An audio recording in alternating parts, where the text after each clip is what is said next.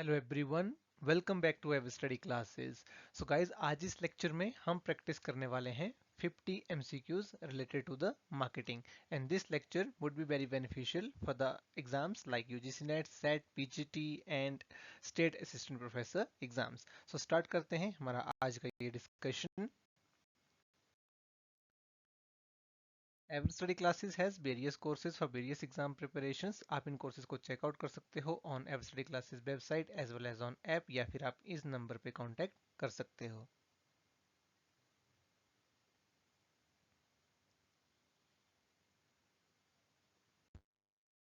So first question is on your screen now. Assertion reason का ये सवाल है। असर्शन में देखिए यहाँ पर बोला जा रहा है कि in today's online world the media landscape has exploded, offering opportunities to promote brand directly through social media as well as via influencers and third party content creators which is sponsored only. और reason में दिया गया है writing press releases, shaping external messaging points and researching the best outlets online और digital for gaining coverage or other PR tasks that all can be augmented by AI। So आपको बताना है कि इस क्वेश्चन का राइट आंसर क्या होगा। Contemporary जो मार्केटिंग से रिलेटेड इश्यूज चल रहे हैं उससे रिलेटेड ये पर्टिकुलर क्वेश्चन पूछा गया है। तो असर्शन में देखिए यहाँ पर बोला जा रहा है कि आजकल के ऑनलाइन वर्ल्ड में सोशल मीडिया जो है वो एक अपॉर्चुनिटीज प्रोवाइड करता है ब्रांड्स को कि वो डायरेक्टली अपने प्रोडक्ट्स को प्रमोट जो है वो कर सकते हैं through social media, through influencers, through third party content creators, जो हमेशा स्पॉन्सर्ड होता है। तो इसीलिए हमारा जो ये असर्शन है ये गलत हो जाएगा। क्यों गलत हो जाएगा? क्योंकि ज़रूरी नहीं है कि हम सोशल मीडिया के थ्रू या फिर थर्ड पार्टी कंटेंट क्रिएटर्स के थ्रू स्पॉन्सर्ड एडवर्टाइजिंग या स्पॉन्सर्ड मार्केटिंग ही कर रहे हैं, राइट। ज़रूरी नहीं है कि वो स्पॉन्सर्ड ही है, राइट। हम ऐसे भी कर सकते हैं, कंपनी का अपना सोशल मीडिया प्लेटफॉर्म भी हो सकता है जिसके थ्रू वो अपने ब्रांड्स को प्रमोट कर रहे हैं। तो ज़रूरी नहीं है कि हम सोशल मीडिया के थ्रू या इन्फ्लुएंसर्स के थ्रू जब मार्केटिंग कर रहे हैं तो वो स्पॉन्सर्ड ही हो, राइट। वो नॉन स्पॉन्सर्ड भी हो सकता है।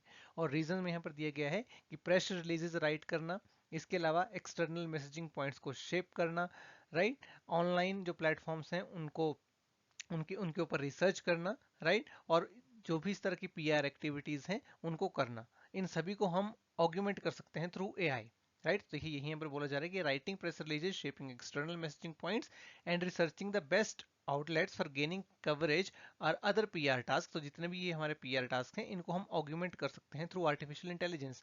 जो बिल्कुल सही बात है। आजकल जो भी कंपनीज अपनी प्रेस रिलीजेस जो है वो कर रही हैं, रिसर्च कर रही हैं online regarding the consumer behaviour, all these activities can be augmented by artificial intelligence. इसलिए रीजन हमारा यहाँ पर बिल्कुल सही हो जाएगा, लेकिन असर्शन गलत है। सो राइट आंसर हमारा यहाँ पर हो जाएगा option number 4 which is assertion is incorrect and reason is correct. Now we have another question. The question is, many organizations and health institutes utilize marketing to reduce smoking and encourage quitting. These activities assist new smokers and help individuals with the habit quit.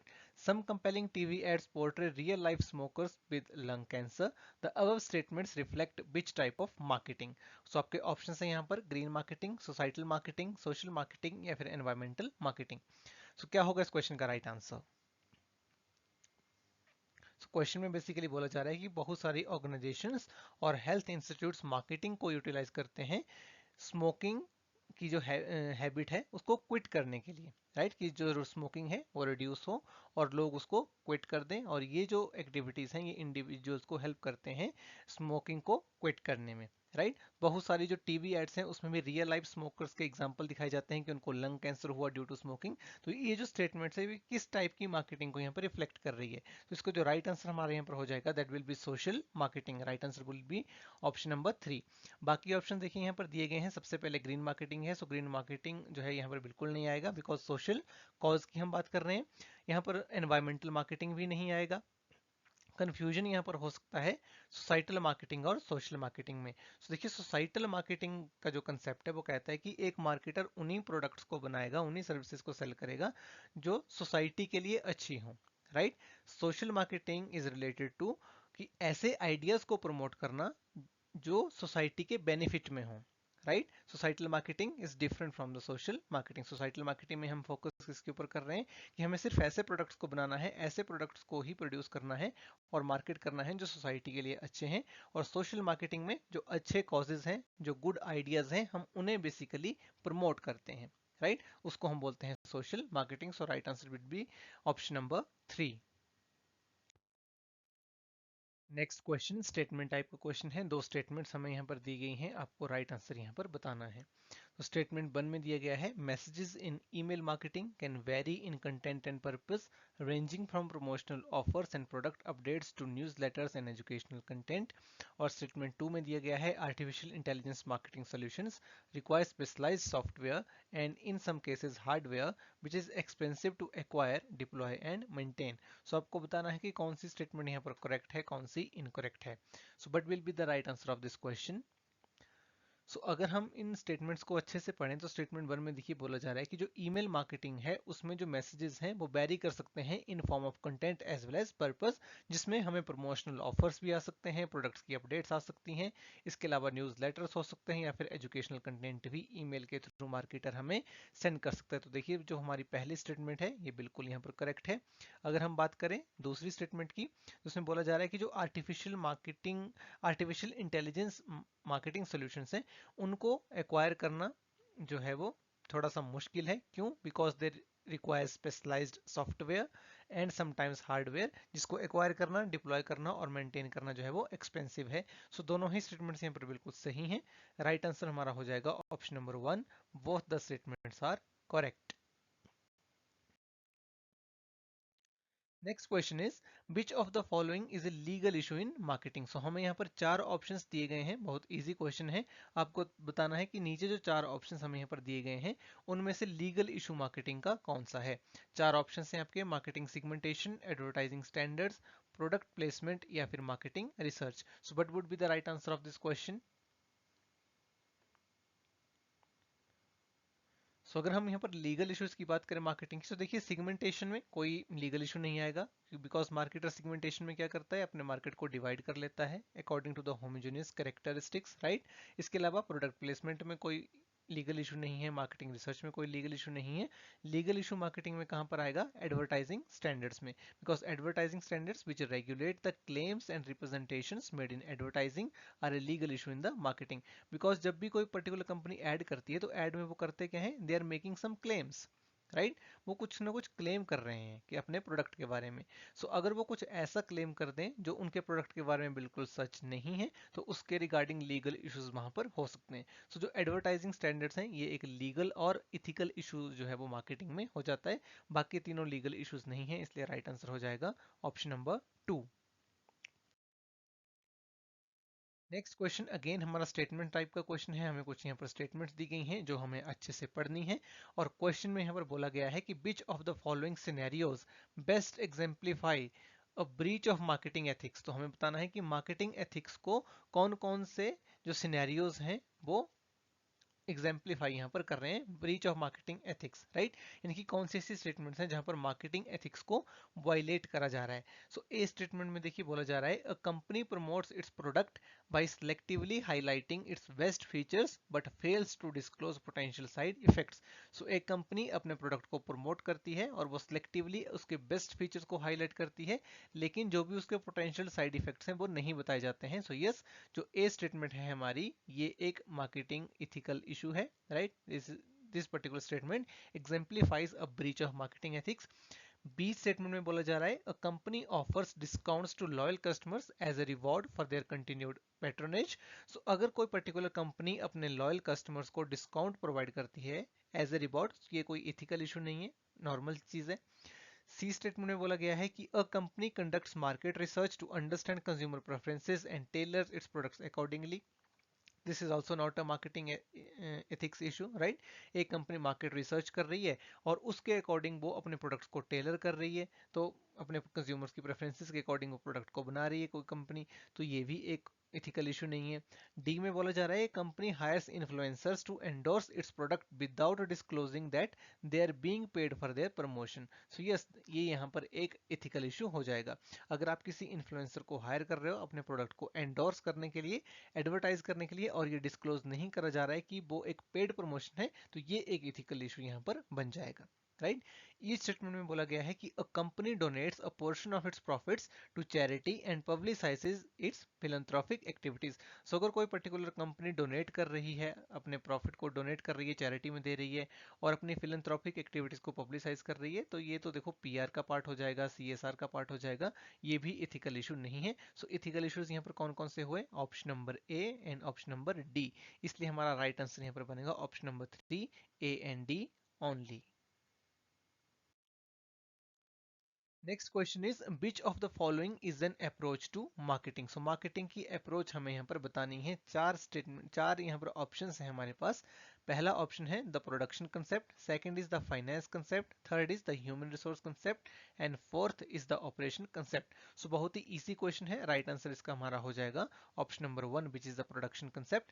बाकी जितने भी concept यहाँ पर mention है, finance concept, HR concept या फिर operation concept, ये हमारे मार्केटिंग की अप्रोचेस नहीं है। मार्केटिंग की अप्रोच हमारी सिर्फ और सिर्फ प्रोडक्शन कंसेप्ट है। प्रोडक्शन कंसेप्ट क्या कहता है? प्रोडक्शन कंसेप्ट कहता है कि आपके वो प्रोडक्ट्स जो है वो मार्केट में सेल होंगे जो रेडिली अवेलेबल होंगे और चीप होंगे। तो इसलिए जो प्रोडक्शन कंसेप्ट है वो ज्यादा से ज्यादा प्रोडक्शन को एनकरेज करता है अगर एक कंपनी को मार्केट में सस्टेन करना है। तो इसलिए इस क्वेश्चन का हमारा राइट आंसर बनेगा option number 1, the production concept. Next हमारे यहाँ पर देखिए स्टेटमेंट टाइप का क्वेश्चन है। चार स्टेटमेंट्स हमें यहाँ पर दी गई हैं और क्वेश्चन में पूछा जा रहा है कि which of the following statements are true regarding brand equity. So आपको बताना है कि कौन सी स्टेटमेंट्स जो है वो सबसे अच्छे से ब्रांड इक्विटी को यहाँ पर एक्सप्लेन कर रही हैं। पहली स्टेटमेंट में बोला जा रहा है brand equity represents the commercial value derived from consumer perceptions of a brand name and reputation. Second is a strong brand equity can lead to increased customer loyalty, higher sales volume and ability to command price premiums, right? Third में बोला जा रहा है brand equity is solely determined by brand's financial performance and market share. And statement 4 is building brand equity requires consistent brand messaging, quality products or services and positive brand association. So देखिए जो पहली statement है यहाँ पर, इसमें बोला जा रहा है कि brand equity represent commercial value. कि ब्रांड इक्विटी क्या रिप्रेजेंट करती है? कमर्शियल वैल्यू जो डिराइव होती है from consumer perception of a brand name and reputation. So बिल्कुल सही ये स्टेटमेंट है। ब्रांड इक्विटी है क्या? ब्रांड इक्विटी एक पर्टिकुलर ब्रांड की जो टोटल वर्थ होती है उसको हम ब्रांड इक्विटी बोलते हैं, राइट। सो ब्रांड इक्विटी जो है it represent the commercial value of a particular company. एक पर्टिकुलर ब्रांड है उसकी जो कमर्शियल वैल्यू है, the commercial value in the minds of the consumers, right. एक पर्टिकुलर ब्रांड की, उसको हम ब्रांड इक्विटी बोल सकते हैं। सेकंड स्टेटमेंट में बोला जा रहा है कि जो ब्रांड इक्विटी है इससे कस्टमर लॉयल्टी इंक्रीज होती है जिसकी वजह से सेल्स इंक्रीज होती है कंपनी की, और इसकी वजह से एक पर्टिकुलर कंपनी प्रीमियम प्राइस भी चार्ज कर सकती है। तो ऑब्वियसली बिल्कुल सही ये स्टेटमेंट है। अगर एक पर्टिकुलर कंपनी की जो ब्रांड इक्विटी है वो काफी पॉजिटिव है, काफी स्ट्रांग है, तो कस्टमर लॉयल्टी उससे बढ़ेगी, सेल्स आपकी ज्यादा आएगी। और अगर ब्रांड के प्रति जो कंज्यूमर हैं वो लॉयल हो जाएंगे, वो एक ही ब्रांड को प्रेफर करेंगे, सो एक पर्टिकुलर कंपनी जो है वो प्रीमियम प्राइसेस भी वहां पे चार्ज कर सकती है। तो स्टेटमेंट 2 बिल्कुल सही है। थर्ड स्टेटमेंट में बोला जा रहा है कि brand equity solely determined by brands financial performance and market share. तो ये स्टेटमेंट हमारी यहाँ पर गलत हो जाएगी, क्योंकि जो ब्रांड इक्विटी है वो सिर्फ फाइनेंशियल परफॉर्मेंस और मार्केट शेयर से नहीं आती है। बहुत सारी चीजें ब्रांड इक्विटी में प्ले करती हैं कि एक ब्रांड की इमेज क्या है, कंज्यूमर्स की परसीव्ड वैल्यू क्या है, कस्टमर सर्विस आप किस तरह की प्रोवाइड कर रहे हैं, what kind of after sale services you are providing to the consumer. So there are so many factors that impact the brand equity. It doesn't solely depend on the brand's financial performance and market share. So therefore the statement 3 is wrong. Statement 4 हमारी कह रही है कि building brand equity requires consistent brand messaging. आपको consistently brand messaging provide करनी पड़ेगी, quality product आप provide करोगे, आपकी एक पॉजिटिव ब्रांड एसोसिएशन होगी, तभी आप एक अच्छी ब्रांड इक्विटी बिल्ड कर पाओगे। So yes, this statement is also correct. So our right answer would be option number C, which is statement 1, statement 2 and statement 4 are correct. सिर्फ यही तीन स्टेटमेंट हमारे यहाँ पर करेक्ट है, बाकी स्टेटमेंट हमारी करेक्ट नहीं है। Next question is who develop the 4 P's of marketing concept. यानी कि मार्केटिंग का जो हमारा 4 P का कंसेप्ट है, 4 P में क्या क्या आता है हमारा? Product, price, place and promotion. तो इस पर्टिकुलर कंसेप्ट को दिया किसने था? Again easy question. ऑप्शन है आपके Neil Borden, E Jerome McCarthy, Jack Trout या फिर Brian Tracy. So right answer इस क्वेश्चन का हमारा हो जाएगा option number B, which is E Jerome McCarthy.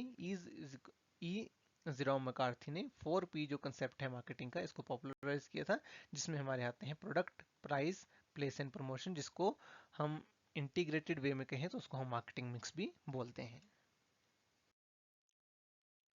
Next assertion reason का ये सवाल है। असर्शन में देखिए यहाँ पर बोला जा रहा है segmenting the market helps companies effectively target specific groups of consumers, और रीजन में बोला जा रहा है by dividing the market into segments based on characteristics such as demographics, psychographics and behaviour, companies can tailor their marketing strategies to meet the unique needs and preferences of each segments। So आपको बताना है इस question का right answer क्या होगा।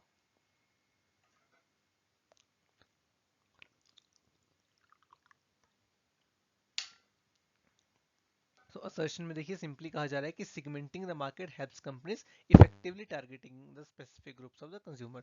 तो yes, अगर एक पर्टिकुलर कंपनी सिगमेंटिंग करती है अच्छे से अपने मार्केट प्लेस की, तो उसकी हेल्प से वो स्पेसिफिक ग्रुप्स ऑफ कंज्यूमर्स को टारगेट कर सकते हैं। और रीजन में बोला जा रहा है कि जब आप मार्केट सेगमेंट्स को डिवाइड कर लेते हो based on the various characteristics such as demographics, psychographics and behaviour, उनकी हेल्प से एक कंपनी जो है वो डिजाइन कर सकती है अपनी मार्केटिंग स्ट्रेटेजीज को as per the consumers needs and preferences. तो बिल्कुल सही बात है। तो इस पर्टिकुलर क्वेश्चन का हमारा जो राइट आंसर होगा that would be both the assertion and reason are correct, and reason is the correct explanation of assertion. Right answer will be option number 1। Next question is a market penetration pricing strategy is suitable when. So आपको बताना है कि जो market penetration pricing strategy होती है वो कब suitable होती है। We have 4 option here. The first option is lower price encourages actual competition. Second is the demand of the product is inelastic. Third is the production and distribution costs fall with increasing production. And fourth is a high price discourages competitors from entering the market। So इस question का right answer हमारा क्या होगा। सो देखो यहाँ पर market penetration strategy की बात करी जा रही है। So market penetration pricing strategy होती क्या है। हमारी पेनिट्रेशन प्राइसिंग स्ट्रेटेजी में जो प्राइस होता है वो हम काफी कम रखते हैं। जब भी हम प्रोडक्ट को इंट्रोड्यूस करते हैं मार्केट में, so at the time of introduction हमारा जो प्राइस है वो काफी लो हम चार्ज करते हैं कंज्यूमर से, तभी इसको मार्केट पेनिट्रेशन स्ट्रेटेजी कहा जाता है, because we are trying to penetrate the market, right. So ये स्ट्रेटेजी कब इफेक्टिव होगी। ये स्ट्रेटेजी तब इफेक्टिव होगी जब आपकी जो प्रोडक्शन और डिस्ट्रीब्यूशन कॉस्ट है वो प्रोडक्शन के बढ़ने के साथ कम हो जाए। ऐसा क्यों होगा, क्योंकि देखो जब आप लोअर प्राइस पे प्रोडक्ट को सेल कर रहे हो मार्केट में, ऑब्वियसली वहां पे क्या होगा, आपका जो प्रोडक्ट है वो ज्यादा बिकेगा, ज्यादा कंज्यूमर्स को खरीदेंगे, और ज्यादा कंज्यूमर आपके प्रोडक्ट को खरीदेंगे तो आपको ज्यादा प्रोडक्शन करनी पड़ेगी, डिस्ट्रीब्यूशन भी ज्यादा होगी। सो ये स्ट्रेटेजी तभी इफेक्टिव होगी जब आप ज्यादा प्रोडक्शन कर रहे हैं, तो ज्यादा प्रोडक्शन करने के साथ साथ आपकी जो प्रोडक्शन कॉस्ट है और जो डिस्ट्रीब्यूशन कॉस्ट है वो दोनों कम आ रहे हैं। अगर ये दोनों कम आएंगे, उसी केस में आपकी जो मार्केट पेनिट्रेशन स्ट्रेटेजी है, मार्केट पेनिट्रेशन प्राइसिंग स्ट्रेटेजी है वो सुटेबल होगी। इसलिए इस क्वेश्चन का जो हमारा राइट आंसर होगा that will be option number 3। Next question is from the list given below select the incorrect statements. तो आपको इनकरेक्ट स्टेटमेंट्स यहाँ पर सिलेक्ट करनी है। 3 स्टेटमेंट्स यहाँ पर दी गई हैं। सो यहाँ पर पहली स्टेटमेंट दी गई है, positioning involves creating a distinct image and identify for a product और a brand in the minds of consumers relative to competitors. B statement is marketing ethics involves ensuring that marketing practices are fair, transparent, and respectful of consumers' right and welfare. And C statement is the concept of social marketing was popularized by Philip Kotler and Gerald Zoltman in 1981। So आपको बताना है इस question का right answer क्या होगा।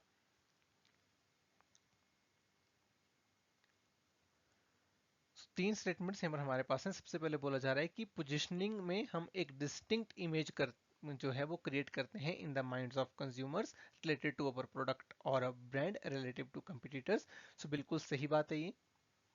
ए statement हमारी बिल्कुल सही है।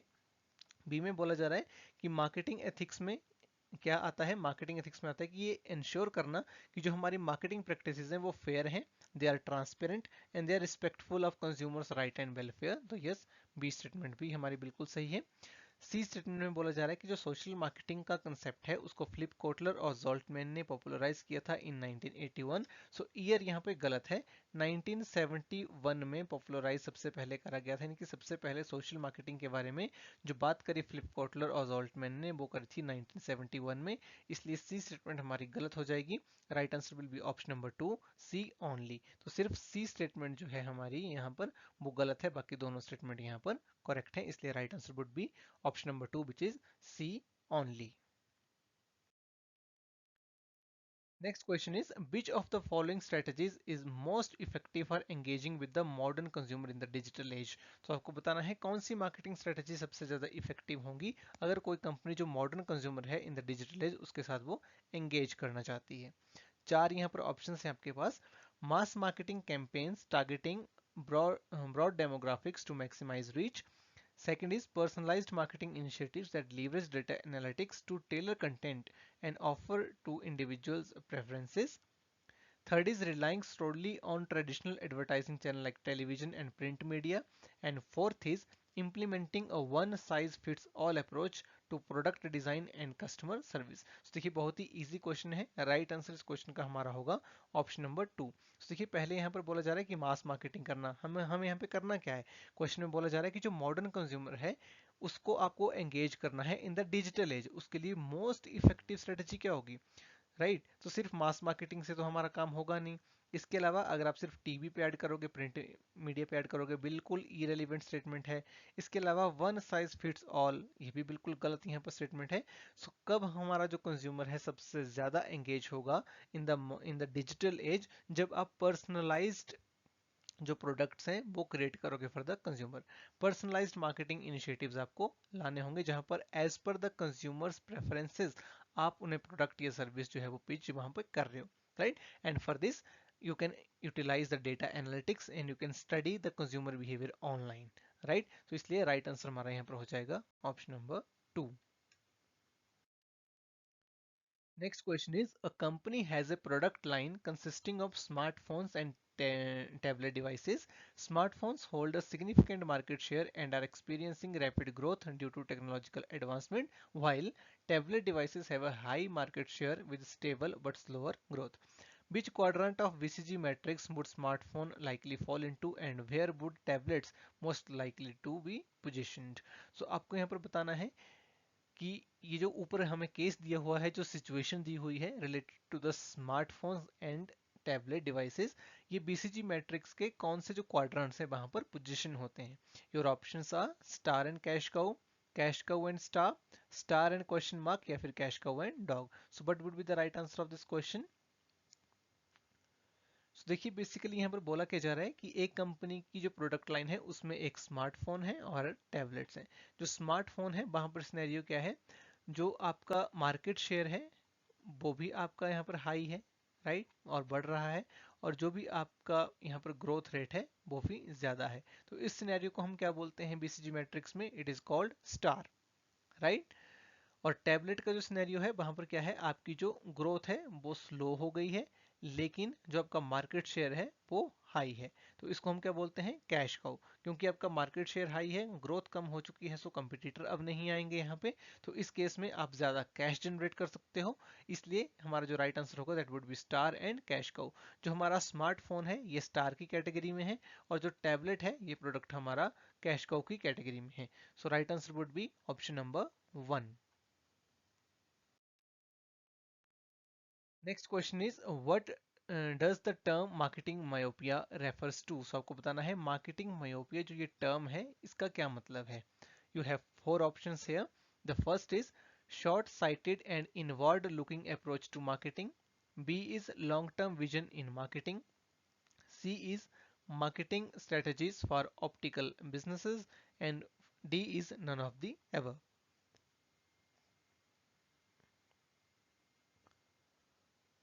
सो इस क्वेश्चन का जो हमारा राइट आंसर होगा that would be option number A. So marketing myopia ये जो टर्म है इसको कॉइन किया था थियोडोर लेविट ने, और इसका मतलब होता है short sighted and inward looking approach to marketing that focuses only on the needs of the company instead of defining the company's products and services in terms of consumer needs and wants. So marketing myopia में company का focus किसके ऊपर होता है? सिर्फ short term benefits के ऊपर होता है। कंपनी सिर्फ शॉर्ट टर्म बेनिफिट कमाने के बारे में सोचती है, वो कंज्यूमर के प्रेफरेंसेस और उनकी वांट्स के अकॉर्डिंग अपने प्रोडक्ट्स को डिजाइन नहीं करते हैं। They are thinking short term. इसके लिए कई बार कंपनीज जो हैं वो इलीगल एक्टिविटीज में या फिर अनइथिकल एक्टिविटीज में भी पड़ जाते हैं, राइट? तो राइट आंसर इसका क्या हो जाएगा? ऑप्शन नंबर ए। हमारा नेक्स्ट यहाँ पर मैच द फॉलोइंग टाइप का क्वेश्चन है। आपको यहाँ पर बताना है मैच करके कि इस क्वेश्चन का जो राइट आंसर है वो क्या होगा। टाइप्स ऑफ रिटेल आउटलेट्स हमें यहाँ पर दिए गए हैं, दूसरी तरफ उनकी एक्सप्लेनेशन जो है वो दी गई है। टाइप्स ऑफ रिटेल आउटलेट्स में we have department store, convenience store, specialty store and supermarket. आपको मैच करके बताना है कि इस क्वेश्चन का राइट आंसर जो है वो क्या होगा। तो देखिए सबसे पहले एक्सप्लेनेशन में पढ़ते हैं। यहाँ पर बोला जा रहा है generally located with in malls and they may not have their own independent store. So generally आपको मॉल्स के अंदर देखने को मिलेंगे और उनका अपने जो इंडिपेंडेंट स्टोर्स हैं वो नहीं होते हैं। तो वो कौन से स्टोर होते हैं, कौन से रिटेल आउटलेट्स होते हैं? They are the departmental stores. B statement में बोला जा रहा है फोकसेस ऑन वन और टू स्पेसिफिक कैटेगरीज। तो देखिए बहुत आसान है यहाँ पर इसको मैच करना। A retail outlet which is focusing only on one or two specific categories and that is called specialty store, right? C statement में बोला गया है vast marketplaces with a wide variety of categories available. So vast marketplace कौन होते हैं? Supermarkets, right? And then D में बोला गया है a store in your locality which provides the most basic material to you. So हमारी locality में जो स्टोर होता है, जो मोस्ट बेसिक मटेरियल, जो भी हमारी डेली हाउस होल्ड नीड्स की आइटम्स हैं वो हमें सेल करता है, that is called convenience store. तो हमारा यहाँ पर जो सही मैच बनेगा दैट वुड बी 1 के साथ ए, राइट, 2 के साथ डी, 3 के साथ बी एंड फोर्थ के साथ सी, राइट? सो इसका जो राइट आंसर हमारा हो जाएगा that would be option number 1।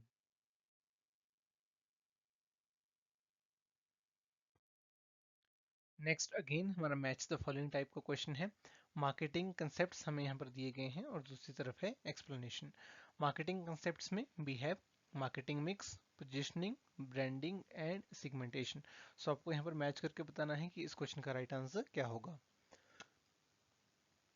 So explanation में पढ़ते हैं। सबसे पहले ए यहाँ पर दिया गया है। यहाँ पर बोला जा रहा है identifying and targeting specific groups of customers based on their characteristics.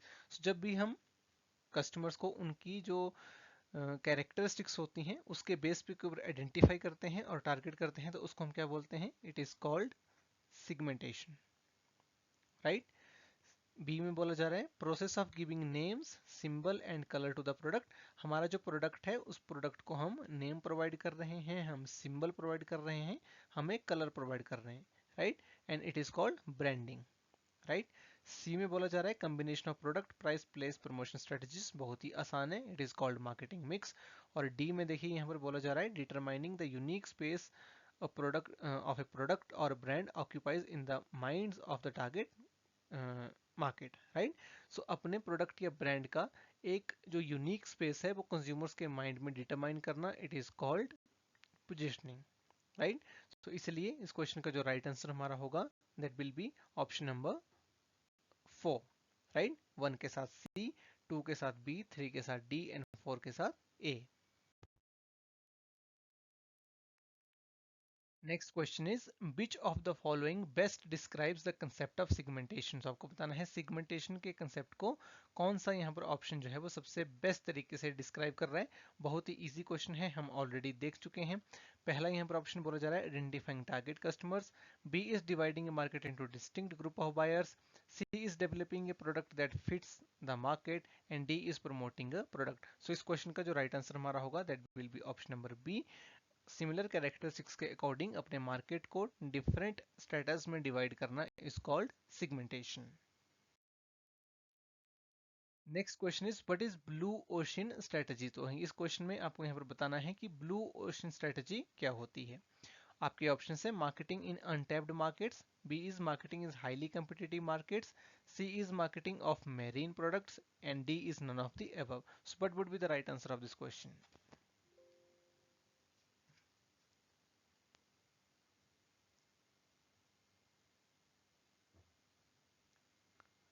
So right answer हमारे इस क्वेश्चन का हो जाएगा option number A, which is marketing in untapped market. So देखिए दो तरह की हमारे पास यहाँ पर स्ट्रेटेजी होती है, राइट। अगर हम स्ट्रेटेजी की बात करें, मार्केटिंग स्ट्रेटेजी की, तो या तो हमारी रेड ओशियन स्ट्रेटेजी हो सकती है या फिर ब्लू ओशियन स्ट्रेटेजी हो सकती है।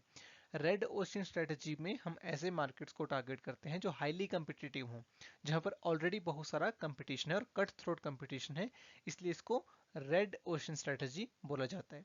जो हमारी ब्लू ओशन स्ट्रेटजी होती है, उसमें हम उन मार्केट्स को टारगेट करते हैं जो अनटैप्ड हैं, जहां पर कंपटीशन बहुत कम है, जिन मार्केट्स को दूसरे मार्केटर्स ने छोड़ दिया है, जिनके ऊपर ज्यादा फोकस नहीं किया गया है, उन मार्केट्स को हम टैप करने की कोशिश करते हैं, और इसलिए हम इसको कहते हैं ब्लू ओशन स्ट्रेटजी, क्योंकि वहां पर बहुत ज्यादा जो कंपटीशन है वो नहीं होता है। इसलिए इस क्वेश्चन का हमारा राइट आंसर हो जाएगा option number A. Next question is who propose the concept of marketing myopia. हम ऑलरेडी पढ़ चुके हैं मार्केटिंग मायोपिया की डेफिनेशन के ऊपर क्वेश्चन आ चुका है। एक्सप्लेनेशन में मैंने आपको बताया था कि मार्केटिंग मायोपिया का जो कंसेप्ट है ये किसने दिया है, राइट। बहुत ही इजी क्वेश्चन है। आपके ऑप्शन है थियोडोर लेविट, डेविड एकर, ई जेरोम मैकार्थी या फिर ए एल राइस। सो बहुत ही इजी यहाँ पे ये क्वेश्चन है। राइट आंसर हमारा हो जाएगा option number A, which is Theodore Levitt.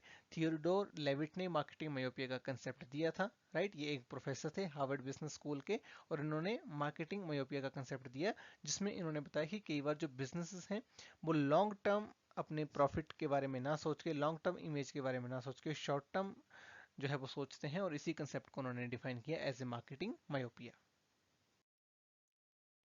Next question देखिए, हमारे यहाँ पर स्टेटमेंट टाइप का क्वेश्चन है। स्टेटमेंट 1, 2 और 3 हमारे पास दी गई है। हमें बताना है कौन सी स्टेटमेंट यहाँ पर करेक्ट है और कौन सी इनकरेक्ट है। तो स्टेटमेंट 1 में यहाँ पर बोला जा रहा है market segmentation involves dividing a homogeneous market into smaller more heterogeneous groups based on common characteristics or needs. Statement 2 में बोला जा रहा है a brand is a unique symbol, name, design or term that identifies a product and distinguish it from competitors in the marketplace. And third statement is the product life cycle consists of 4 stages: introduction, growth, maturity and decline. So आपको बताना है इस question का right answer क्या होगा।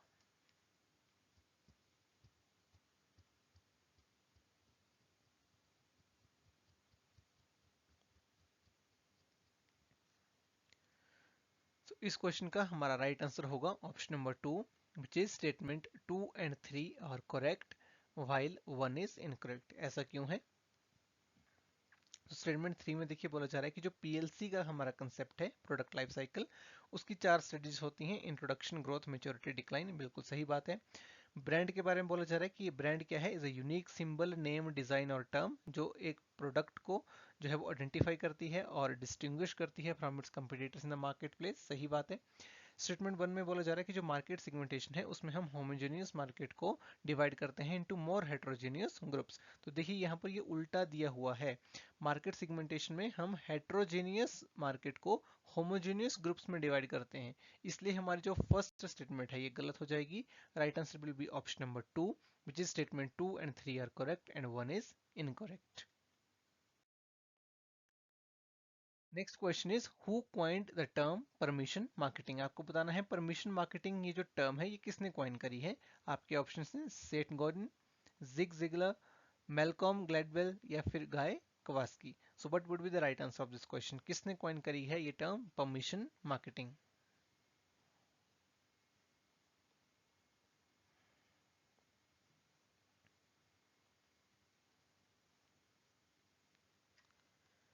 So right answer of the question will be option number A, Seth Gordon. सेठ Gordon ने जो परमिशन मार्केटिंग है इस टर्म को क्वाइन किया है। परमिशन मार्केटिंग मार्केटिंग का एक कंसेप्ट है जो ये कहता है कि मार्केटर अपने जो प्रमोशनल मैसेजेस हैं वो उन्हीं लोगों के पास भेजता है जो एग्री करते हैं टू रिसीव देम, और इसको कहा जाता है परमिशन मार्केटिंग। एंड ये जो परमिशन मार्केटिंग है ज्यादा पॉपुलराइज हुई in the digital age, right. Digital marketing के कंसेप्ट में परमिशन मार्केटिंग का कंसेप्ट ज्यादा है। कई बार हमें ऑप्शन आता है ना कि क्या आप एग्री करते हैं कि हम आपको प्रमोशनल मैसेजेस भेजें, राइट। किसी वेबसाइट पे जाते हैं तो कई बार हम कोई फॉर्म भर रहे होते हैं या कुछ आता है, तो वहां पर कई बार ऐसा ऑप्शन आ जाता है कि क्या आप एग्री करते हैं to receive our updates on email और ऑन व्हाट्सएप और on the mobile number, right? So this is particular thing is called the permission marketing, जहां पर उन्हीं लोगों को प्रमोशनल मैसेजेस भेजे जाते हैं जो एग्री करते हैं टू रिसीव देम। इसलिए हमारा राइट आंसर हो जाएगा ऑप्शन नंबर ए। तो ये आपने याद रखना है परमिशन मार्केटिंग क्या होती है, और इस टर्म को कॉइन किया है सेठ गॉर्डन ने। Right answer will be option number A. Next question is who is known for the unique selling proposition concept। तो यूएसपी ये एक कंसेप्ट होता है मार्केटिंग में, राइट? आपको बताना है कि यूएसपी इस पर्टिकुलर टर्म को कॉइन किसने करा है। आपके ऑप्शंस हैं Roger Reeves, Philip Kotler, Michael Porter या फिर Peter Drucker. Unique selling proposition होती क्या है? यूनिक सेलिंग प्रोपोजिशन हमारे प्रोडक्ट या सर्विस का वो फीचर होता है जो हमें कंपटीटर से अलग बनाता है, राइट? यानी कि कोई भी ऐसा फीचर जिसकी वजह से एक पर्टिकुलर जो प्रोडक्ट है वो फेमस होता है, उसको हम यूएसपी बोलते हैं। तो यूएसपी जो है इस पर्टिकुलर कंसेप्ट को दिया किसने है? तो इस पर्टिकुलर क्वेश्चन का जो हमारा राइट आंसर होगा that will be option number A, Rosser Reeves. Rosser Reeves ने जो यूएसपी का जो कंसेप्ट है, यूनिक सेलिंग प्रोपोजिशन, इसको पॉपुलराइज किया है। And USP is a factor that differentiate a product from its competitor. जो मेन फीचर किसी प्रोडक्ट का होता है उसे आप यूएसपी बोल सकते हो। नेक्स्ट हमारा यहाँ पर असर्शन रीजन का सवाल है, राइट? असर्शन और रीजन हमें यहाँ पर दी गई है, आपको बताना है इस क्वेश्चन का राइट आंसर क्या होगा। असर्शन यहाँ पर कह रही है कस्टमर रिलेशनशिप मैनेजमेंट यानी कि CRM systems are essential tools for businesses to manage and analyze interactions with current and potential customers। और रीजन में दिया गया है CRM systems help businesses streamline sales processes, improve customer service and enhance customer satisfaction by providing centralized database and automation of the task। So आपको बताना है कि इस क्वेश्चन का राइट आंसर क्या होगा। Not a very difficult question. You can solve this question by using your common sense. So right answer of this question would be option number 1, which is both the assertion and reason are correct, and reason is the correct explanation of the assertion। ऐसा क्यों है? क्योंकि देखिए assertion में बोला जा रहा है कि CRM systems एक essential tools हैं जिसकी हेल्प से जो बिजनेस है वो मैनेज कर सकते हैं, एनालाइज कर सकते हैं जो भी उनके करंट और पोटेंशियल कस्टमर के साथ इनकी इंटरेक्शन है उनको। अब ऐसा वो क्यों कर सकते हैं? क्योंकि जो सीआरएम सिस्टम है वो बिजनेस को हेल्प करता है उनकी सेल्स प्रोसेसेस को स्ट्रीमलाइन करने में, कस्टमर सर्विसेज को इंप्रूव करने में और कस्टमर सेटिस्फेक्शन को एनहांस करने में, by providing them the centralised database and automation task, जिसकी हेल्प से वो कंज्यूमर बिहेवियर को काफी अच्छे से समझ सकते हैं। तो यहाँ पर जो रीजन है वो करेक्टली असर्शन को एक्सप्लेन कर रही है और दोनों ही स्टेटमेंट्स ये बिल्कुल सही हैं, इसलिए हमारा राइट आंसर हो जाएगा option number 1। Next question is who propose the concept of positioning in the field of marketing. So आपको बताना है कि जो पोजिशनिंग का कंसेप्ट है उसको किसने प्रपोज किया था in the field of marketing. Your options are Al Ries and Jack Trout, Philip Kotler, Seth Gordon या फिर David Aaker. What would be the right answer of this question?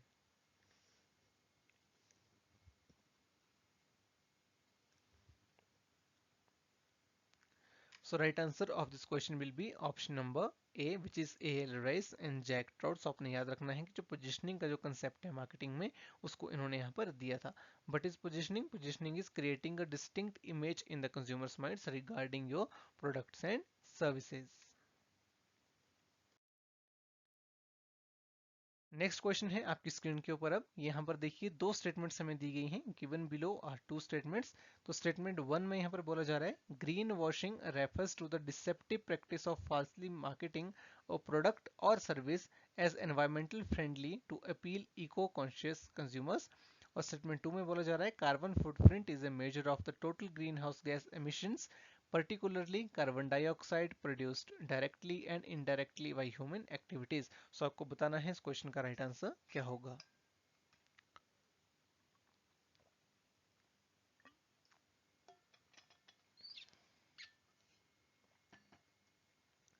So right answer इस question का हमारा हो जाएगा both the statements are correct.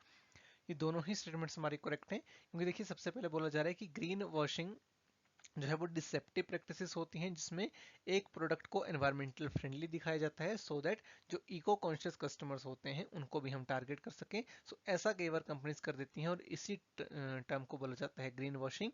और ये एक अनएथिकल मार्केटिंग प्रैक्टिस है जिसमें इस तरह से प्रोडक्ट को दिखाया जाता है कि वो एनवायरमेंटल फ्रेंडली है लेकिन एक्चुअल में वो होता नहीं है। स्टेटमेंट 2 यहाँ पे कह रही है कार्बन फुटप्रिंट जो है एक मेजर है जिसकी हेल्प से हम क्या मेजर करते हैं कि जो भी ह्यूमन एक्टिविटीज से directly indirectly green house gas emission हो रहा है वो कितना हो रहा है, particularly carbon dioxide. So yes, इसी को हम कार्बन फुटप्रिंट बोलते हैं कि हम अपनी एक्टिविटी से डायरेक्टली और इनडायरेक्टली कितनी CO2 जो है वो एमिट कर रहे हैं, and this is called the carbon footprint. So right answer here would be option number 1, both the statements are correct. Next question is what is brand equity. Brand equity क्या है ये आपको यहाँ पर बताना है। Your options are the financial value of a brand, the perceived value of a brand by consumers, the cost of creating a brand, या फिर market share of a brand. So बहुत ही इजी क्वेश्चन है, but would be the right answer. So right answer इस question का हमारा हो जाएगा option number B. Brand equity क्या होती है? ब्रांड इक्विटी होती है जो भी एक पर्टिकुलर कंपनी की टोटल वर्थ है उसको हम ब्रांड इक्विटी कहते हैं, total worth in the minds of consumer. Right, कि कंज्यूमर क्या सोचते हैं एक पर्टिकुलर प्रोडक्ट के बारे में, that is called the brand equity. So एक परसीव्ड वैल्यू जो ब्रांड की है बाय द कंज्यूमर, जो उसकी टोटल वर्थ है, उसको बेसिकली हम ब्रांड इक्विटी बोलते हैं। So right answer here would be option number B. So our next question is what is the difference between a brand and a trademark? So आपको यहाँ पर बताना है कि brand और trademark के बीच में difference क्या होता है। We have four options here. The first option is a brand is a name while a trademark is a logo. सबसे पहले बोला जा रहा है कि brand एक name होता है और trademark एक logo होता है। सेकंड ऑप्शन में बोला जा रहा है brand represents the company while a trademark represent the product, की जो ब्रांड है वो कंपनी को रिप्रेजेंट करती है और ट्रेडमार्क हमारे प्रोडक्ट को रिप्रेजेंट करता है। A brand is legally protected while trademark is not, brand legally protect होता है लेकिन ट्रेडमार्क नहीं होता। D option is a brand is the perception of a company और प्रोडक्ट वाले trademark is a sign, design और expression that identifies the product. So इस question का राइट आंसर हमारा क्या होगा? राइट आंसर इस क्वेश्चन का हो जाएगा ऑप्शन नंबर डी। जो ब्रांड है हमारी ये एक परसेप्शन है कंपनी की या प्रोडक्ट की इन द माइंड्स ऑफ कंज्यूमर्स, बिल्कुल सही है। और ट्रेडमार्क हमारा एक साइन, एक डिजाइन या एक एक्सप्रेशन हो सकता है जो एक प्रोडक्ट को आइडेंटिफाई करता है, डिस्टिंग्विश करता है from the others.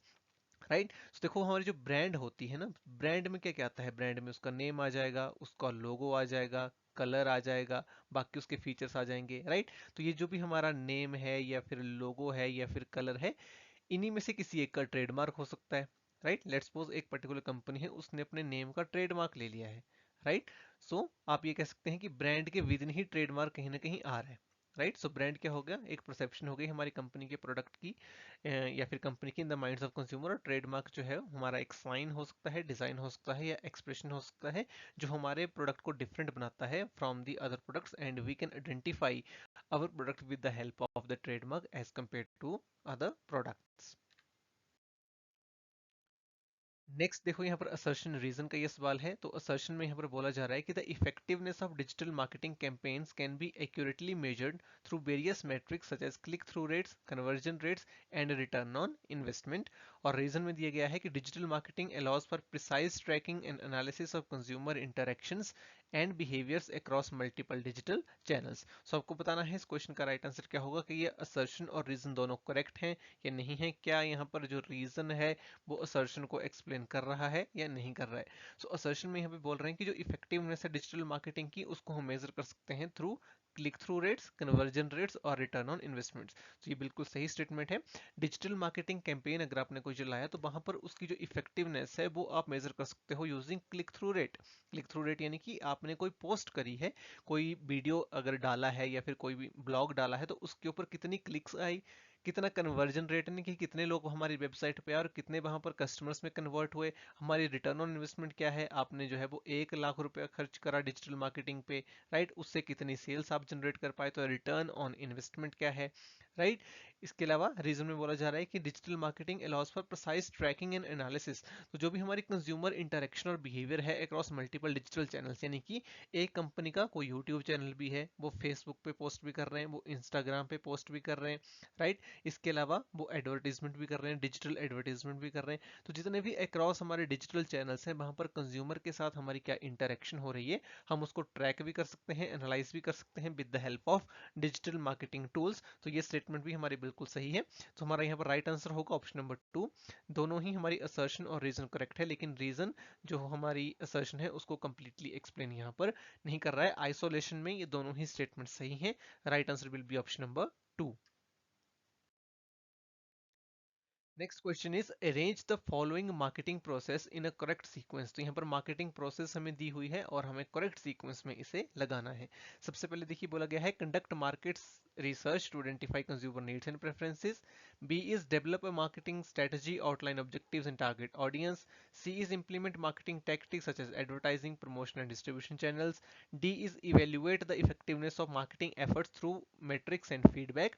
E is create a product or service that fulfills identify consumer needs. And F is monitor market trends and competitors to adapt marketing strategies accordingly. So हमें यहाँ पर इसको sequence में लगाना है। तो सबसे पहला हमारा जो स्टेप होगा वो क्या होगा मार्केटिंग प्रोसेस में, सबसे पहले हमें जानना होता है कि हमारे जो कंज्यूमर्स हैं वो चाहते क्या हैं, what are their needs, what are their preferences. तो first step would be option number A, conduct market research to identify consumer needs and preferences. सबसे पहले आपको मार्केट रिसर्च यहाँ पर कंडक्ट करनी है, ये जानने के लिए कि कंज्यूमर्स जो है वो हमारे चाहते क्या हैं, राइट। मार्केट रिसर्च आपने यहाँ पर कंडक्ट करी, उसके बाद the second step would be you have to create a product और service that fulfils the identify consumers needs. आपने कंज्यूमर नीड्स को आइडेंटिफाई किया, उनके प्रेफरेंसेस को आइडेंटिफाई किया। Now second step would be product को क्रिएट करना। आपने नीड्स एंड प्रेफरेंसेस समझ ली, now you will create a product और service to fulfil those needs. तो सबसे पहले ई ए आया, उसके बाद आया ई। The next step would be develop a marketing strategy, outline objectives and target audience. उसके बाद आप मार्केटिंग स्ट्रेटजी जो है वो डेवलप करोगे, right. Next step here would be implement marketing tactics. जो भी आपने मार्केटिंग स्ट्रेटजीज डेवलप करी, जिसमें आपकी एडवर्टाइजिंग भी होगी, आपके प्रमोशन मिक्स के बाकी टेक्निक्स होंगी और डिस्ट्रीब्यूशन चैनल्स से रिलेटेड जो भी आपकी स्ट्रेटजी होगी उसको आप इंप्लीमेंट करोगे। So A E B and C. उसके बाद आ जाएगा F, monitor marketing trends and competitors to adapt marketing strategies accordingly. आपने मार्केटिंग स्ट्रेटजी पहले बनाई, फिर उसको इंप्लीमेंट भी कर दिया, राइट। अब आपके कंपटीटर्स क्या कर रहे हैं, मार्केट्स में ट्रेंड क्या चल रहे हैं, आपको वो देखने पड़ेंगे, सो दैट उसके हिसाब से आप अपनी मार्केटिंग स्ट्रेटजी को अडेप्ट कर सको। Because business environment is very dynamic, it is changing every day, every single second it is changing, because technological advancements are happening and consumers preferences are changing every day. So therefore you have to adapt the marketing strategies accordingly. So उसके लिए आपको analyse करना पड़ेगा competitors को भी, F आएगा। और last में हमारा आएगा D, evaluate the effectiveness of marketing efforts through metrics and feedback. Last में आप इफेक्टिवनेस चेक करोगे अपनी मार्केटिंग स्ट्रेटजीज की। So this is the marketing process. Right answer would be option number A, E B C F D. Next question is what is secondary packaging. यहाँ आपको बताना है कि सेकेंडरी पैकेजिंग क्या होती है। Your options are the outer most layer of the packaging, the inner most layer of packaging, the packaging used for transportation, या फिर the packaging used for display in a retail store. तो packaging हम product की करते हैं, it plays a very important role in distribution of a product, right. और consumer की जो परसेप्शन है एक प्रोडक्ट के बारे में, उसको भी पैकेजिंग काफी इन्फ्लुएंस करती है। सो आपको बताना है कि सेकेंडरी पैकेजिंग क्या होती है, राइट। तो secondary packaging is called that packaging जो हम यूज करते हैं ट्रांसपोर्टेशन के लिए। सो राइट आंसर हमारे यहाँ पर होगा ऑप्शन नंबर सी, राइट। ये एडिशनल हमारी पैकेजिंग होती है जिसको हम ट्रांसपोर्टेशन या फिर वर्क हैंडलिंग के लिए करते हैं। तो पहला ऑप्शन था आउटर मोस्ट लेयर या इनर मोस्ट लेयर, ये तो देखो प्रोडक्ट का ही पार्ट है, इसको हम सेकेंडरी पैकेजिंग नहीं बोलते हैं, राइट। सेकेंडरी पैकेजिंग हमारी वो होती है जब हम एक कंटेनर में किसी बड़े पैकेज में प्रोडक्ट्स को स्टोर करते हैं, जिसको जनरली हम यूज करते हैं ट्रांसपोर्टेशन के लिए। तो secondary package is used specifically for transportation. So हमारा राइट आंसर यहाँ होगा option number C. Next question is which of the following statements accurately describes the nature of affiliate marketing। आपको यहाँ पर बताना है, चार स्टेटमेंट्स आपके पास यहाँ पर दी हुई हैं, आपको बताना है कि एफिलिएट मार्केटिंग को कौन सी स्टेटमेंट यहाँ पर एक्यूरेटली डिफाइन करती है।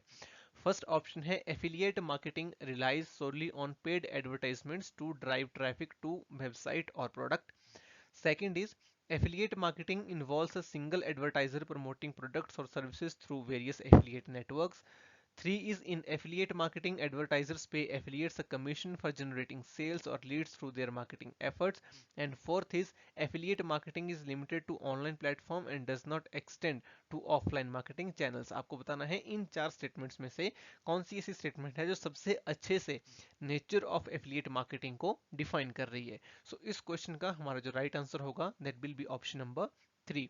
ऑप्शन नंबर 3 क्यों होगा? क्योंकि एफिलिएट मार्केटिंग क्या होती है? एफिलिएट मार्केटिंग होती है जब एक पर्टिकुलर पर्सन एक कंपनी के प्रोडक्ट्स को प्रमोट करता है या सेल्स को जनरेट करता है और उसके बदले में उसको कमीशन मिलता है. आपने जनरली यूट्यूब पे भी देखा होगा, जैसे कुछ लोग बीच बीच में ब्रांड एंडोर्समेंट्स करते हैं, वो कोई प्रोडक्ट बताएंगे, राइट, और फिर आपको बोलेंगे कि इस पर्टिकुलर प्रोडक्ट का लिंक हमारे जो डिस्क्रिप्शन है उसके बॉक्स में दिया हुआ है, आप इस लिंक पे क्लिक करके उसको खरीद सकते हैं. तो उससे होता क्या है, वो प्रोडक्ट को आप खरीदोगे और जो भी उस पर्टिकुलर प्रोडक्ट की मार्केटिंग कर रहा होगा उसको हम एफिलिएट मार्केटिंग बोलते हैं. और वो पर्सन जो भी उस पर्टिकुलर प्रोडक्ट की एडवर्टीजमेंट कर रहा है, अगर आप उस प्रोडक्ट को खरीद लेते हो, सो जनरली एक particular commission which can range from 5 to 10% वो उस पर्टिकुलर पर्सन को मिल जाता है, and this is called the affiliate marketing. So इसलिए हमारा राइट आंसर यहाँ पर होगा option number 3. Next question is but is loss leader pricing strategy. So pricing strategy पे यहाँ पे क्वेश्चन पूछा गया है. आपको बताना है कि जो लॉस लीडर स्ट्रेटजी है वो क्या होती है. Your options are setting a high price for a product to cover losses on other products. B is setting a low price for a product to attract customers who will also buy other more profitable products. C is setting a price that will result in a loss on each sale, and D is setting a price below cost to drive competitors out of the market. So loss leader ये एक हमारी pricing strategy होती है. आपको बताना है loss leader की strategy जो है वो क्या है. राइट आंसर हमारा यहाँ पर क्या होगा?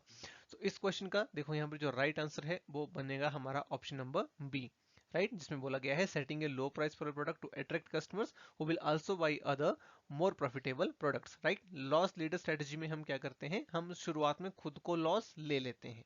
राइट, खुद को लॉस क्यों ले लेते हैं?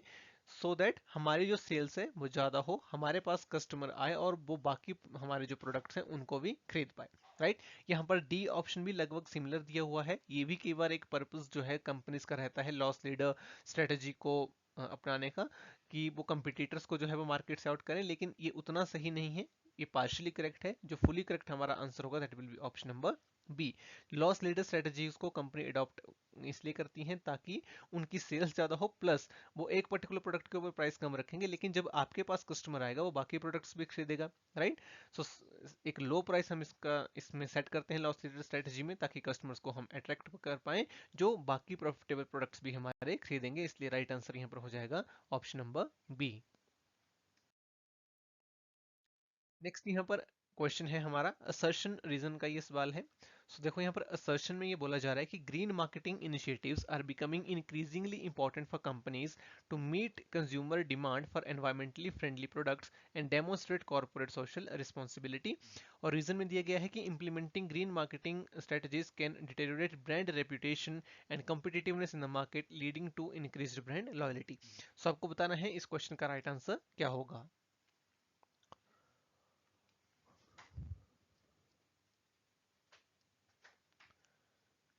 सो इस क्वेश्चन का देखो हमारा राइट आंसर होगा ऑप्शन नंबर सी, जिसमें बोला जा रहा है कि असर्शन हमारी करेक्ट है लेकिन रीजन फॉल्स है. ऐसा क्यों है? देखिए असर्शन में बोला गया है कि ग्रीन मार्केटिंग इनिशिएटिव्स जो हैं वो इंक्रीजिंगली यहाँ पर कंपनीज के लिए इंपॉर्टेंट होते जा रहे हैं. राइट, क्योंकि कंज्यूमर्स जो है वो एनवायरमेंट फ्रेंडली प्रोडक्ट्स की डिमांड कर रहे हैं, और अगर एक particular company green marketing activities को परफॉर्म करती है तो ये उनकी एक CSR एक्टिविटीज में भी आ जाता है, कॉर्पोरेट सोशल रिस्पॉन्सिबिलिटी में भी आता है, जो सही बात है. रीजन में बोला जा रहा है कि अगर ग्रीन मार्केटिंग स्ट्रेटजीज को एक कंपनी इंप्लीमेंट करती है तो उससे जो ब्रांड रेपुटेशन और कम्पिटिटिवनेस है वो डिटेरियोरेट हो जाती है. तो ये लाइन यहाँ पर गलत है, डिटेरियोरेट नहीं होती है. अगर एक particular company green marketing strategies को अडॉप्ट कर रही है तो जो ब्रांड रेपुटेशन है और कम्पिटिटिवनेस है मार्केट में वो एक्चुअल में बढ़ जाती है. राइट, एनहांस हो जाती है. Brand reputation and competitiveness increases in the market.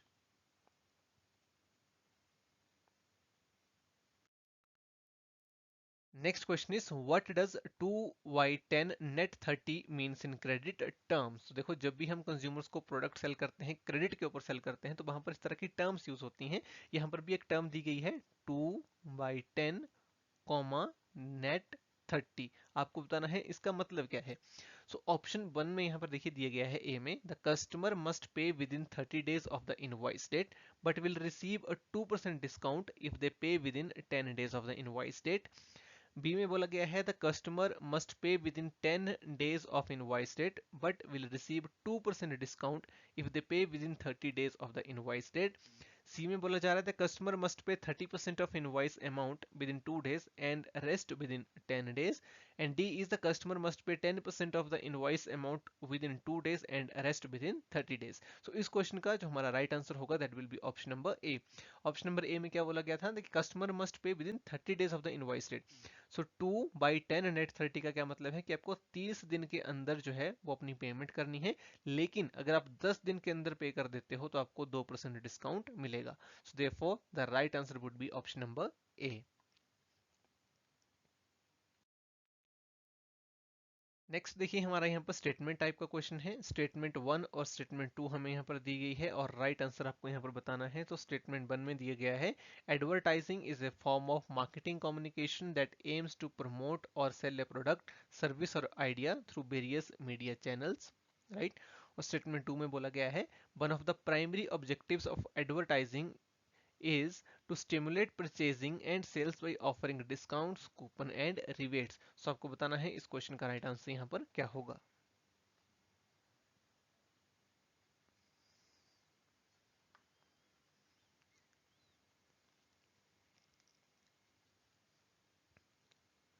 So right answer इस क्वेश्चन का हमारा यहाँ पर हो जाएगा, statement 1 is correct and 2 is incorrect. ऐसा क्यों है? सो देखो स्टेटमेंट 1 में बोला गया है कि एडवर्टाइजिंग एक फॉर्म ऑफ मार्केटिंग कम्युनिकेशन है। यस, एडवर्टाइजिंग एक मार्केटिंग कम्युनिकेशन की ही फॉर्म है जिसका पर्पस होता है एक प्रोडक्ट, सर्विस या आइडिया को प्रमोट करना through various media channels, right. This is absolutely correct. और सेकंड स्टेटमेंट में बोला जा रहा है कि एडवर्टाइजिंग का जो प्राइमरी ऑब्जेक्टिव है वो सेल्स को स्टिमुलेट करना है by offering discounts, coupon and rebates. तो जो सेकंड स्टेटमेंट यहाँ पर दी गई है ये बेसिकली सेल्स प्रमोशन को रिफ्लेक्ट कर रही है, ना कि एडवर्टाइजिंग को। एडवर्टाइजिंग के बारे में यहाँ पर बात नहीं हो रही है, ये सेल्स प्रमोशन की बात हो रही है। सेल्स प्रमोशन में हम डिस्काउंट्स, कूपन, रिबेट्स ऑफर करते हैं सो दैट शॉर्ट टर्म में हमारी जो सेल्स है वो स्टिमुलेट हो जाए। Hence, our right answer of this question would be option number 3. Statement 1 is correct and 2 is incorrect. Next question is, which of the following is not a characteristics of effective salesmanship? तो effective salesmanship की कौन सी characteristic नहीं है ये आपको बताना है। You have 4 options: empathy, aggressiveness, product knowledge या फिर communication skills। So it's a very easy questions। देखो एक effective sales person जो होगा उसमें empathy भी होगी, right? Empathy is required because you need to understand the needs and preferences of your customer। Then product knowledge is required because you have to pitch the product to the customers, therefore knowledge is required। And then communication skill, effective communication skills are required, right? Because you need to communicate with the customers and you have to tell the features of the product to the customer, therefore communication skills are required, but aggressiveness is not required. This is not a characteristic of effective salesmanship. Hence our right answer of this question would be option number B.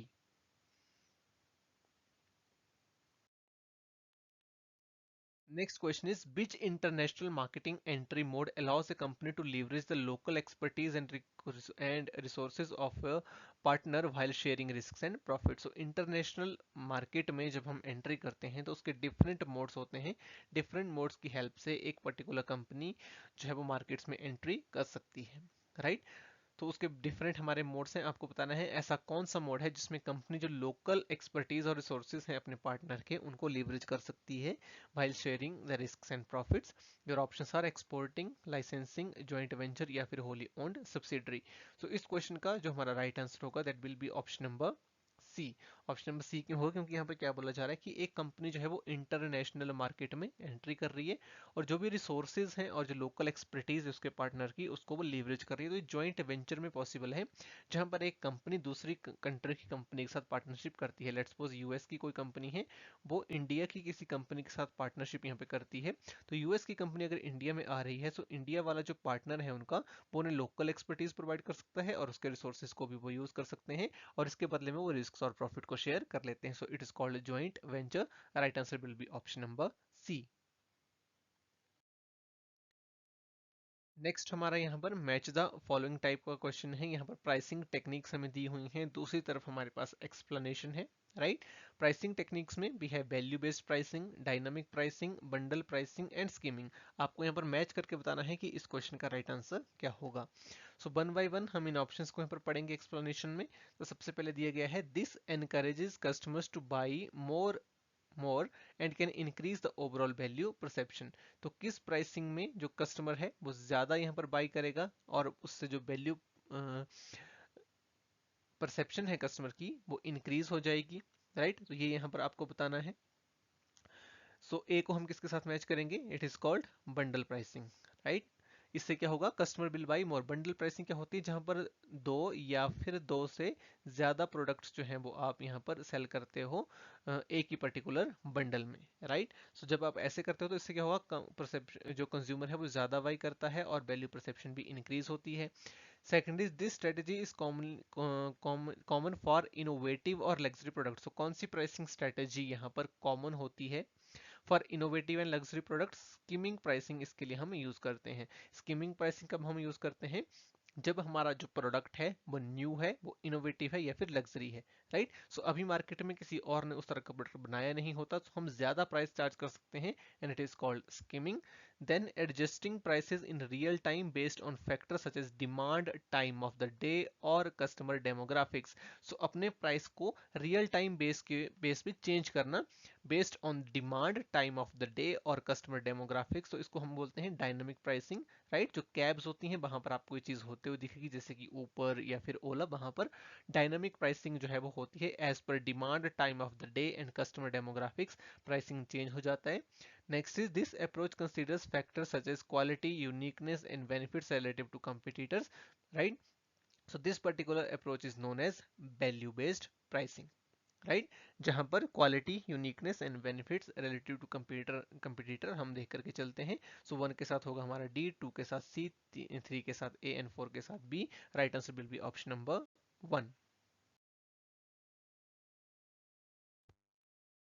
Next question is which of the following statements best define green marketing. So आपको बताना है green marketing को कौन से statements यहाँ पर best तरीके से डिफाइन कर रही हैं। ए यहाँ पर देखिए स्टेटमेंट दी हुई है, green marketing refers to marketing products with the colour green to appeal to environmental conscious consumers, right. तो सबसे पहले बोला जा रहा है ऐसे प्रोडक्ट्स को मार्केट करना जिनका कलर ग्रीन हो, so that environmental conscious consumers से खुश हो सकें। सो ये बिल्कुल गलत बात है यहाँ पे, राइट। आगे बोला जा रहा है green marketing involves promoting products और services that have a minimal impact on environment and are perceived as environmentally friendly. So yes, B statement हमारी बिल्कुल करेक्ट है, क्योंकि ग्रीन मार्केटिंग में हम ऐसे प्रोडक्ट्स और सर्विसेज को मार्केट करते हैं जिनका एनवायरनमेंट के ऊपर मिनिमल इंपैक्ट होता है और जिनको हम एनवायरमेंटल फ्रेंडली समझते हैं। सी स्टेटमेंट में यहाँ पर बोला जा रहा है green marketing focuses on marketing strategies that target consumers with preference for colour green. तो अगेन कलर ग्रीन वाली बात है, गलत स्टेटमेंट है ये। डी स्टेटमेंट में देखिए बोला जा रहा है green marketing exclusively involves marketing efforts aimed at promoting agriculture and food products. So agriculture और फूड प्रोडक्ट सस्टेनेबल हो भी सकते हैं, नहीं भी हो सकते। सो डी स्टेटमेंट भी हमारी यहाँ पर गलत हो जाएगी। बिल्कुल करेक्ट जो स्टेटमेंट है वो सिर्फ बी है, इसलिए हमारा राइट आंसर यहाँ पर हो जाएगा option number two, B only. Next question is which component of attitude represents a company's feeling और emotional reactions to an object. So attitude को जब हम स्टडी करते हैं हमारे पास तीन कंपोनेंट्स उसके होते हैं, cognitive, affective and behavioural, right. आपको बताना है कि कंज्यूमर्स की फीलिंग्स और इमोशनल रिएक्शंस को कौन सा एटीट्यूड है इन तीन में से कंपोनेंट है एटीट्यूड का जो रिप्रेजेंट करता है फीलिंग्स और इमोशंस को। जो option are cognitive component, affective component, behavioural component या फिर rational component. So right answer of this question will be option number B. बहुत आसान क्वेश्चन है, इफेक्टिव कंपोनेंट। जो इफेक्टिव कंपोनेंट होता है एटीट्यूड का, it represents the emotional and feeling part. Cognitive component हमारी जो रैशनैलिटी होती है उसको रिप्रेजेंट करता है एंड बिहेवियरल पार्ट जो है हमारे एक्शन को रिप्रेजेंट करता है। सो इस क्वेश्चन में यहाँ पर बात हो रही है फीलिंग्स की, इमोशंस की, इसको रिप्रेजेंट करता है affective component. Right answer will be option number B. Next question is, in influencer marketing which of the following factor is crucial for determining the effectiveness of a campaign? So आपको बताना है यहाँ पर कि influencer marketing जब एक particular company करती है, यानी कि जो भी सोशल मीडिया के ऊपर इन्फ्लुएंसर्स हैं उनका यूज करते हैं अपने प्रोडक्ट को प्रमोट करने के लिए, तो कौन सा फैक्टर है जो डिटरमाइन करता है effectiveness of the campaign? First यहाँ पर ऑप्शन है the number of followers an influencer has on social media platforms. Second is the frequency of promotional posts shared by influencer. Third is the authenticity and alignment of influencers' brand persona with the promoted product or service. And fourth is the total amount of money invested in influencer marketing campaigns. So एक sense में देखने में चारों ही लग सकते हैं, but आपको most effective यहाँ पर बताना है कि कौन सा फैक्टर है जो एक इफेक्टिवनेस है कैंपेन का उसको डिटरमाइन करेगा. तो इसमें जो हमारा राइट आंसर हो जाएगा that will be option number 3, the authenticity and alignment of influencers brand persona with the promoted product or service. यानी कि जो ब्रांड पर्सोना है एक इन्फ्लुएंसर का वो प्रमोटेड प्रोडक्ट और सर्विस के साथ मैच करना चाहिए. जैसे फॉर एग्जांपल अगर कोई पर्टिकुलर पर्सन जो है वो हेल्थ रिलेटेड वीडियोस बनाता है और अगर वो ऐसा प्रोडक्ट प्रमोट करता है जो हेल्थ से रिलेटेड है, तो यहाँ पर क्या है, जो इन्फ्लुएंसर का ब्रांड पर्सोना है वो प्रोडक्ट या सर्विस के साथ मैच कर रहा है, तो ये मैच करना जरूरी है, राइट. अगर कोई पर्टिकुलर पर्सन ऐसा प्रोडक्ट सेल करने लगेगा जो जिस टाइप की वो वीडियो बनाता है, जिस टाइप का वो कंटेंट क्रिएट करता है वो उससे बिल्कुल अलग है, सो वहां पर ऑथेंटिसिटी नहीं आएगी, राइट. सो बहुत ज्यादा इंपॉर्टेंट है कि जो ब्रांड पर्सोना है इन्फ्लुएंसर्स का, जो प्रोडक्ट है वो उसके साथ मैच करे. Hence the right answer of this particular question will be option number 3. Next question is, what does the Woolwip effect refers to in context of supply chain management? तो supply chain management में एक concept होता है उसको हम Woolwip effect बोलते हैं. आपको बताना है कि Woolwip effect जो है वो होता क्या है. We have four options here. A है यहाँ पर the impact of fluctuating customer demand on supply chain. B is the effect of inflation on cost of goods. C is the impact of global warming on supply chain operations. And D is the effect of employ turnover on production. तो देखो अगर हम right answer की यहाँ पर बात करें बुलबिप effect की, सो बुलबिप इफेक्ट होता है ऑप्शन नंबर ए हमारा यहाँ पर राइट आंसर हो जाएगा, विच is the impact of fluctuating customer demand on supply chain. जो फ्लक्चुएटिंग कस्टमर डिमांड है उसका जो इफेक्ट सप्लाई चेन के ऊपर होता है उसको हम बुलबिप इफेक्ट बोलते हैं. बुलबिप में होता क्या है, इसमें देखो होता है ऐसे, जैसे फॉर एग्जांपल कोई रिटेलर है, रिटेलर को रिक्वायरमेंट है 20 यूनिट्स की, राइट. लेकिन उसने सोचा कि थोड़ा सा एक्स्ट्रा रखते हैं और उसने 25 यूनिट ऑर्डर कर दिए होलसेलर को, राइट. अब होलसेलर जो है उसको लेट्स उसने 25 ऑर्डर करे, तो होलसेलर ने सोचा कि इसने 25 बोला है तो मैं 30 ऑर्डर कर देता हूँ डिस्ट्रीब्यूटर से, राइट. अब डिस्ट्रीब्यूटर को 30 का ऑर्डर जो है वो रिसीव हुआ, डिस्ट्रीब्यूटर ने कंपनी को जो ऑर्डर भेजा वो 30 की जगह कितना भेज दिया, उसने भेजा 35 का, कि 5 का हम यहाँ पर जो है वो बफर लेके चलते हैं. कंपनी को ऑर्डर मिला 35 का और कंपनी ने सोचा कि चलो 35 की जगह हम 40 बना देते हैं बफर के लिए. अब एक्चुअल डिमांड देखो कितनी है, एक्चुअल डिमांड है 25 की, राइट. सभी ने थोड़ा थोड़ा बफर कर दिया और कंपनी ने प्रोड्यूस कर दी 40 आइटम्स. तो यहाँ पर ये जो 15 आइटम्स का गैप हो गया बफर के नाम पे, इसी को हम बुलविप इफेक्ट बोलते हैं, राइट. सो राइट आंसर हमारे यहाँ पर हो जाएगा ऑप्शन नंबर ए. नेक्स्ट अब हमारा असर्शन रीजन का यहाँ पर सवाल है. असर्शन में बोला गया है, direct marketing allows companies to reach their target audience with personalised messages and offers leading to higher response rates and sale conversions. और रीजन में बोला गया है कि direct marketing bypasses intermediaries and communicates directly with consumers through various channel such as email, direct mail, telemarketing and social media, enabling precise targeting and immediate feedback. So आपको बताना है कि इस क्वेश्चन का राइट आंसर यहाँ पर क्या होगा. सो असर्शन को अगर आप यहाँ पर पढ़ेंगे तो इसमें बोला जा रहा है कि डायरेक्ट मार्केटिंग जो है, डायरेक्ट मार्केटिंग कंपनी को अलाउ करती है to reach their target audience with the personalise message. इसमें हम पर्सनलाइज मैसेज हम कर सकते हैं जिससे हायर रिस्पॉन्स आता है और सेल्स कन्वर्जन भी अच्छी होती है. और इसका रीजन दिया गया है क्योंकि जो डायरेक्ट मार्केटिंग है वो इंटरमीडियरीज और इंटरमीडियरीज को बाईपास कर देती है और कस्टमर्स के साथ डायरेक्टली कम्युनिकेट करती है through email, telemarketing and social media, जिससे बेटर फीडबैक जो है वो हमें मिल पाता है. तो इस क्वेश्चन का इसलिए जो हमारा राइट आंसर बनेगा that will be option number A. Assertion और रीजन ये दोनों आइसोलेशन में भी करेक्ट है और जो हमारा रीजन है वो असर्शन को भी अच्छे से एक्सप्लेन कर रहा है, करेक्टली एक्सप्लेन कर रहा है. Therefore the right answer of this question will be option number A. Both the assertion and reason are true and reason is the correct explanation of assertion. Next again हमारा assertion reason का ही सवाल है। Assertion में यहाँ पर बोला जा रहा है social marketing aims to promote behavioural change for the benefits of individuals and society as a whole and is same as social media marketing. और रीजन में बोला गया है it utilises marketing techniques to address social issues such as public health, environmental conservation and community welfare. So आपको बताना है इस question का राइट आंसर यहाँ पर क्या होगा। तो देखो इस क्वेश्चन में सबसे पहले जो असर्शन हमें दी गई है, असर्शन में बोला जा रहा है कि सोशल मार्केटिंग का एम होता है लोगों में बिहेवियरल चेंज लेकर के आना, जिससे इंडिविजुअल और सोसाइटी दोनों का बेनिफिट हो। और social marketing is equal to social media marketing, ये इस स्टेटमेंट में बोला गया है। तो इसलिए ये स्टेटमेंट हमारी गलत हो जाएगी। गलत क्यों? क्योंकि जो सोशल मार्केटिंग है it's totally different from the social media marketing. Social marketing is not equivalent to the social media marketing.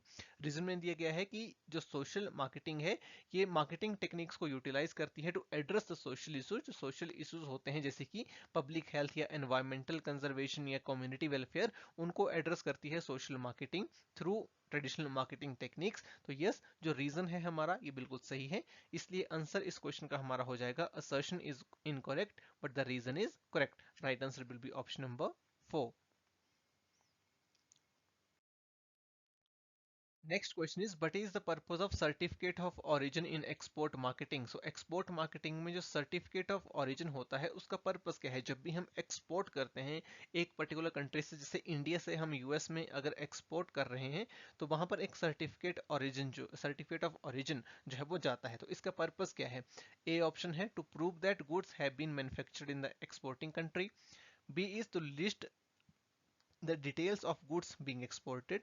C is to provide proof of insurance for the goods and D is to list the terms and conditions of the sales. तो export marketing में certificate of origin का क्या यहाँ पर purpose है? The purpose is ये prove करना कि जो गुड्स हैं वो एक्सपोर्टिंग कंट्री में मैन्युफैक्चर हुई हैं। राइट आंसर हमारा यहाँ पर हो जाएगा ऑप्शन नंबर ए। राइट, तो जैसे कि इंडिया से हम कोई कंसाइनमेंट भेज रहे हैं, कोई गुड्स जो है वो एक्सपोर्ट कर रहे हैं टू यूएसए। राइट, तो यूएसए में ये कैसे पता चलेगा कि ये जो पर्टिकुलर गुड्स है, ये जो कंसाइनमेंट है इंडिया से आई है? तो वो पता चलेगा हमारे सर्टिफिकेट ऑफ ओरिजिन से, जिसमें लिखा होगा कि इंडिया में ये जो गुड्स हैं ये मैन्युफैक्चर हुई हैं। सो इसलिए इस क्वेश्चन का हमारा राइट आंसर होगा option number A. Next question is which of the following statements best describes the concept of native advertising. आपको यहाँ पर बताना है नेटिव एडवर्टाइजिंग को कौन से स्टेटमेंट सबसे अच्छे तरीके से डिस्क्राइब कर रही है। ऑप्शन ए में दिया हुआ है native advertising refers to traditional print advertisements placed in newspapers and magazines. तो नेटिव एडवर्टाइजमेंट क्या है? ट्रेडिशनल प्रिंट एडवर्टीजमेंट जिसको हम न्यूज़पेपर्स और मैगजीन्स में लगाते हैं। बी ऑप्शन में दिया गया है native advertising involves creating advertisements that seamlessly blend in with the surroundings content of the digital platform, right? Third यहाँ पर दी गई है native advertising exclusively encompasses television commercials aired during prime time slots, and D is native advertising focuses on sponsoring events and sports tournament to promote brands. तो देखिए native advertising क्या होती है? Native advertising हमारा एक ऐसा कंसेप्ट है जहां पर जिस भी डिजिटल प्लेटफॉर्म के ऊपर हम एडवर्टाइजिंग कर रहे हैं उसी डिजिटल एडवर्टाइजमेंट के अकॉर्डिंग जो एडवर्टाइजमेंट है हम उसको ब्लेंड कर देते हैं, उसको क्रिएट करते हैं। सो राइट आंसर हमारा यहाँ पर हो जाएगा ऑप्शन नंबर बी। जैसे फॉर एग्जांपल अगर आप यूट्यूब के ऊपर एडवर्टाइजमेंट कर रहे हो जहां पर वीडियो कंटेंट है, तो वीडियो के हिसाब से ही आप अपने एडवर्टाइजमेंट को ब्लेंड करोगे। उस अगर आप ऐसी जगह पर अपने पर्टिकुलर प्रोडक्ट को की एडवर्टाइजमेंट कर रहे हो जहां पर कोई ब्लॉग है, तो ब्लॉग की फॉर्म में ही आपकी एडवर्टाइजमेंट वहां पर आएगी। यानी कि जो डिजिटल प्लेटफॉर्म है उसके साथ ही हम ब्लेंड कर देते हैं अपने एडवर्टाइजिंग स्टाइल को, तो उसे नेटिव एडवर्टाइजिंग बोला जाता है। Right answer will be option number B. Next question is making profit by taking advantage of different prices prevailing in different markets is referred as। So आपको यहाँ पर बताना है कि जब आप एक पर्टिकुलर होलसेलर है या रिटेलर है, कोई मार्केटर है, जब वो डिफरेंट प्राइसेस जो डिफरेंट मार्केट्स में प्रिवेल कर रहे होते हैं उनके डिफरेंस का एडवांटेज लेता है टू अर्न प्रॉफिट, तो उसको क्या बोलते हैं? हेजिंग, स्पेकुलेशन, आर्बिट्राज या फिर गैम्बलिंग। सो बहुत ही इजी क्वेश्चन है। This particular thing is known as arbitrage. जब आप डिफरेंट प्राइसेस के जो वेरिएंट्स हैं डिफरेंट मार्केट्स में उनका बेनिफिट उठाते हो, right, and that is called the arbitrage. Right, यानी कि एक मार्केट ए है, एक मार्केट बी है। ए मार्केट में जो प्राइस चल रहा है वो 30 है, बी में चल रहा है 35। आप ए में बाई करोगे, बी में सेल कर दोगे, 5 रुपीज का यहाँ पर प्रॉफिट हो जाएगा। This is called the arbitrage.